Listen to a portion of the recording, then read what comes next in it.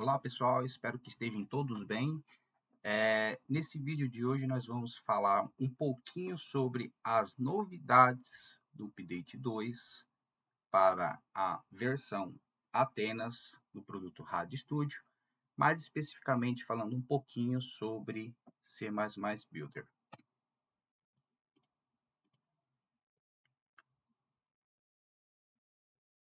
Meu nome é Thiago Santos, sou MVP Embarcadero Brasil.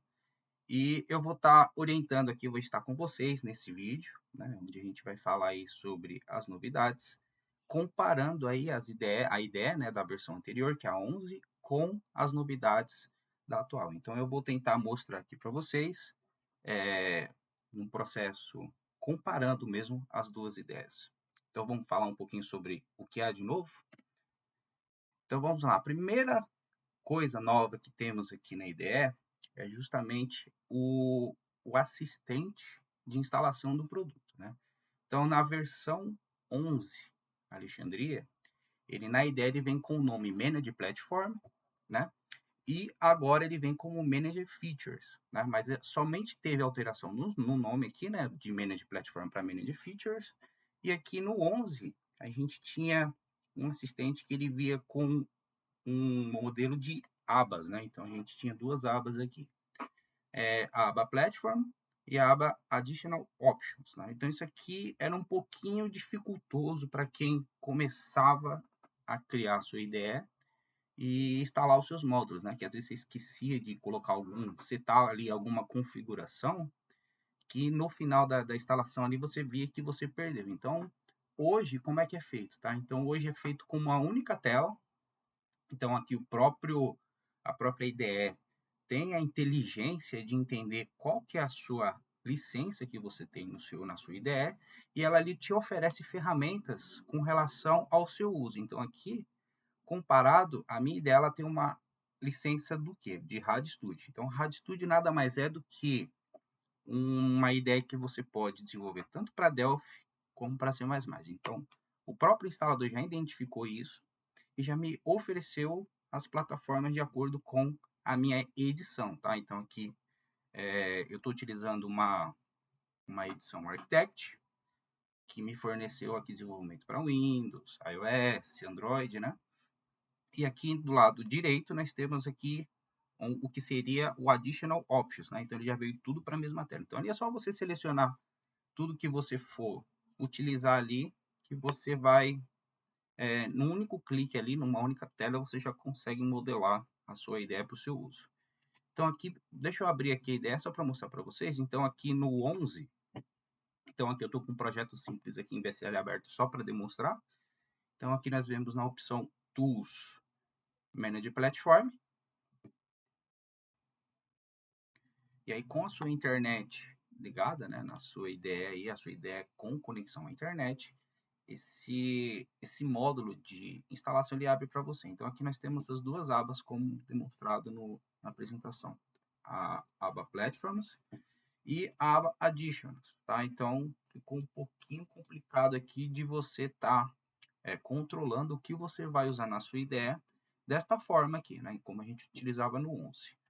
Hoje ele funciona dessa forma. Então Tools, Manage Features, o caminho é o mesmo, só muda a descrição. E aqui ele já te abre um novo instalador, né? Um novo módulo assistente aí de você instalar os seus módulos na sua ideia. Do lado esquerdo aqui, a própria ideia identifica qual que é a sua licença que você tem. Então, no caso, eu tenho uma Architect, tá? Então, um RAD Studio Architect. Então, aqui ele já me deu as duas opções de Delphi ou C++ Builder para as tags que eu posso utilizar com essa licença. E aqui do lado seria a aba Additionals, né? Então, ela já ficou tudo pronto aqui com um único clique já para você deixar a sua IDE ao seu uso, tá bom? Então, essa é a primeira novidade de Manager Platforms para Manager Features, com mais facilidade para você integrar a sua IDE e as suas funcionalidades. Agora nós vamos falar aqui um pouquinho sobre split, tá? Então, dividir visualizações no editor. O 12.1 ele suporta várias visualizações de editor, né, divididas, permitindo a edição do mesmo arquivo em vários locais e mantendo uma visualização de design em código de tela. Então, assim, essa funcionalidade ela já veio no 12.1 e é importante a gente ressaltar para quem está nas versões anteriores que isso aqui pode ser uma ótima opção para o seu desenvolvimento, tá? Então, aqui no caso, como exemplo, eu utilizo de 2 telas para fazer codificação, para fazer projetos. Então, na versão 11, Alexandria, a gente não tem a opção aqui, né? Então, do split. Então, aqui, ó, do lado esquerdo, a gente tem como era antes. Então, aqui ele não tem a opção aqui. Você clica com o botão direito em cima do seu formulário, lá em cima, né? E aqui ele não te dá a opção, sendo que agora você tem a opção do split, tá? Então, aqui no 11, nós não temos a opção do split, para você dividir as telas. E voltando para o 12, você clica com o botão direito e ele já tem essa opção aqui. Então, para que serve isso? Então, você utiliza aqui, eu quero redimensionar para o topo. Então, aqui a minha parte de codificação fica na parte de cima e já na minha parte de design fica na parte de baixo. Então, isso aqui é uma ótima opção para quem tem vários monitores, né? Ou um projeto muito específico que você precise de se estar monitorando, né? O que você está fazendo no tempo de design com a sua codificação.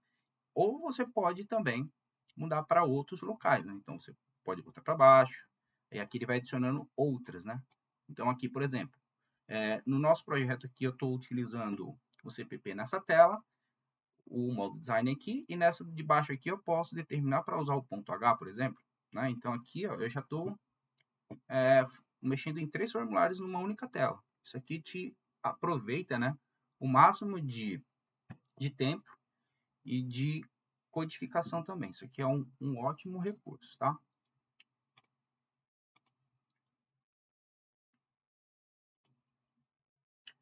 WinAPI para C++, tá? Então, com a versão Update 2 da versão 12, você pode utilizar assistente aí para você criar aplicativos WinAPI utilizando o CBuilder. Então, aqui, quando você vai na opção File New, você não tem esse recurso nas versões anteriores, e agora você já pode contar ele aí dentro da sua própria ideia como um tipo de arquivo, tá? Um tipo de estrutura pronta para você.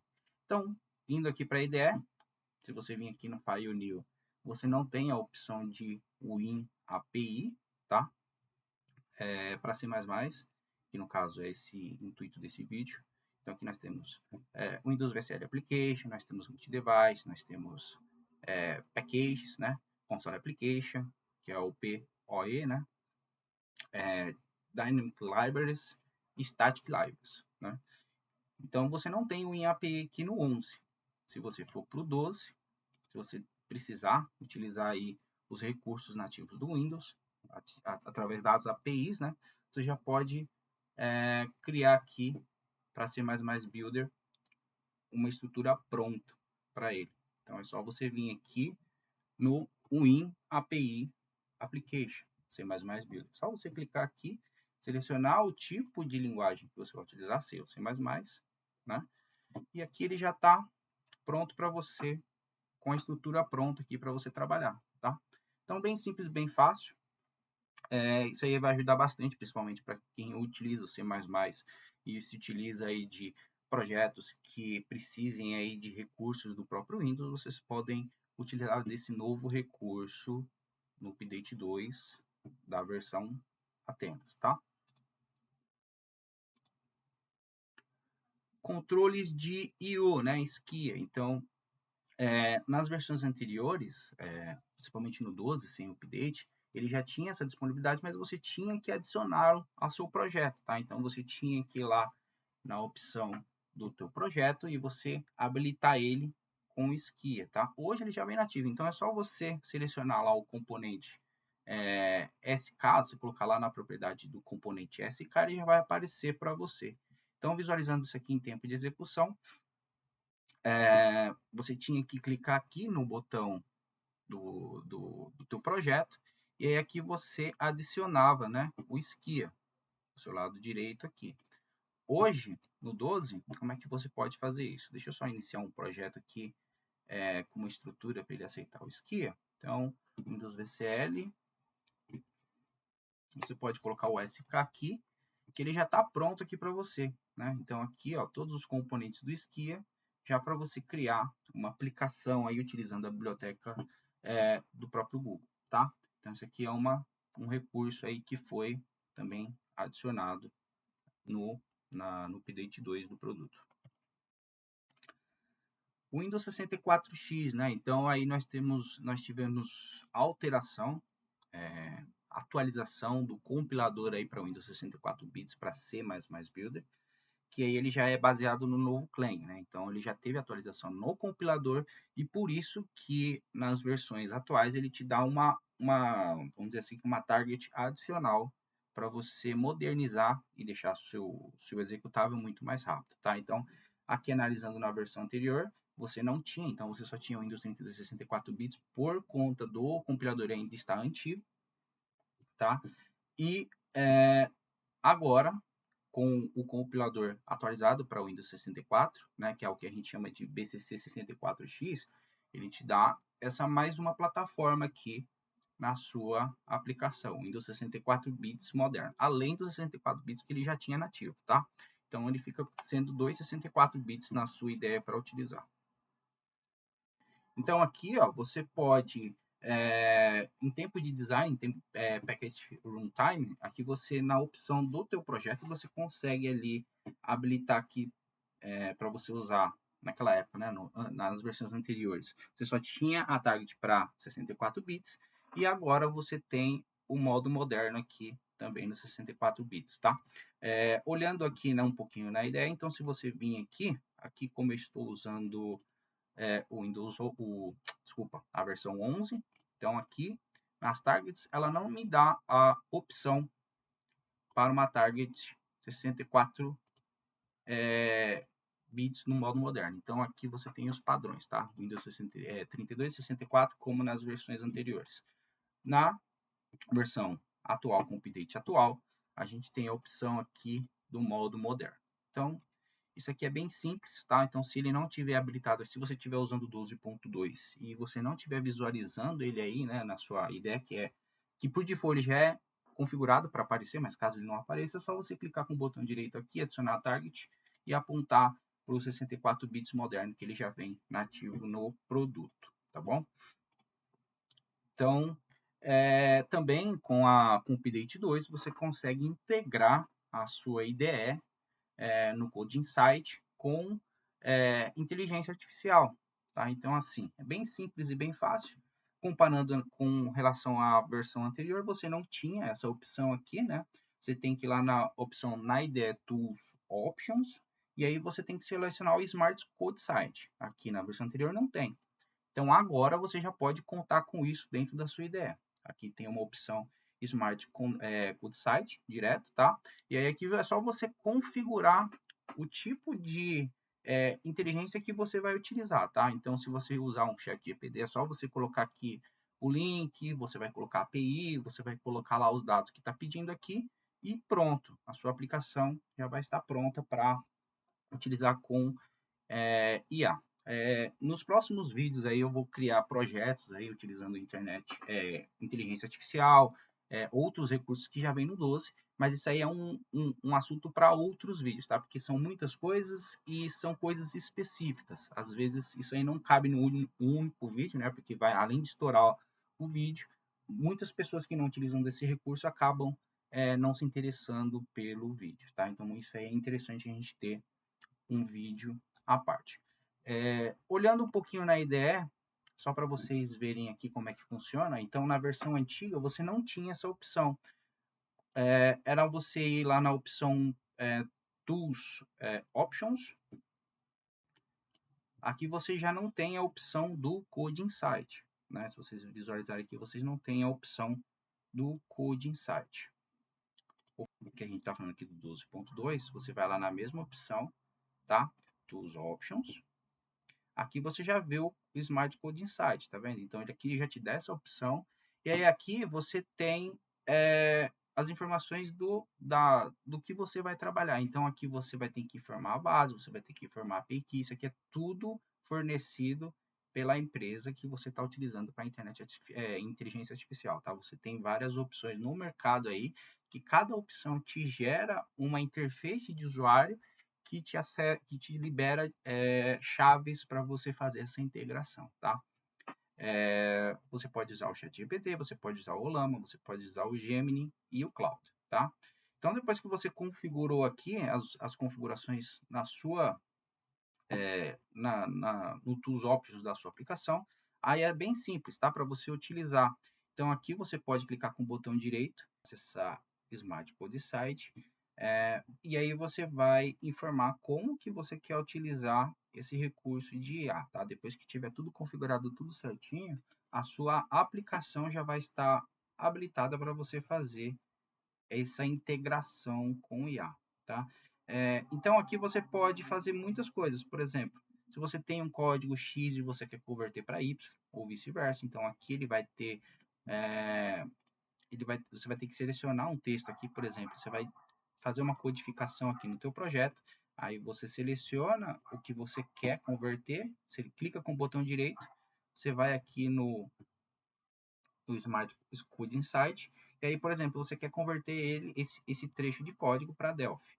Então, aí ele já vai converter aqui para você, tá vendo? Então, aqui é bem simples e bem fácil você utilizar esse recurso para sua finalidade aí no seu projeto de IA, tá bom?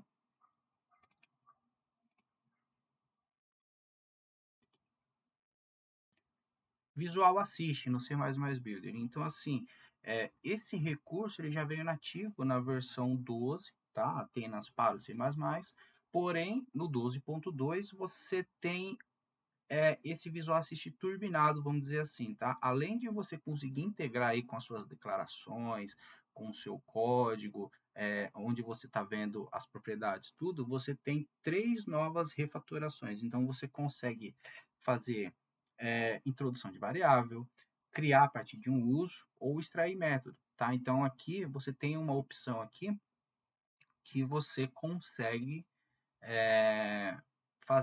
utilizar desses métodos utilizando o Visual Assist para o C++ Builder, tá? Então, isso aqui também é um outro assunto que a gente precisa, que a gente vai fazer um vídeo aí só sobre esse assunto, porque é um recurso muito legal, que vai ajudar bastante, e isso aí merece um vídeo à parte, tá bom?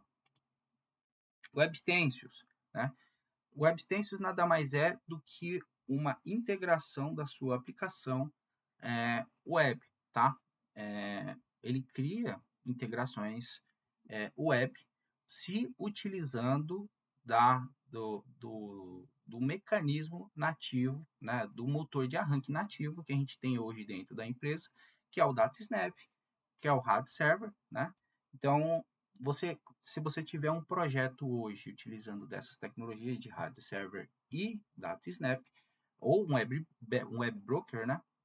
Você consegue fazer essa integração utilizando esse componente Web Extensions para visualização ali no modo web, tá? Então você tem todas as suas regras de negócios ali no back-end, tudo tranquilo, você tem o seu banco de dados ali por trás, você tem todas as suas regras de negócio e você pode integrar utilizando esse Web Extensions para abertura em HTML, tá?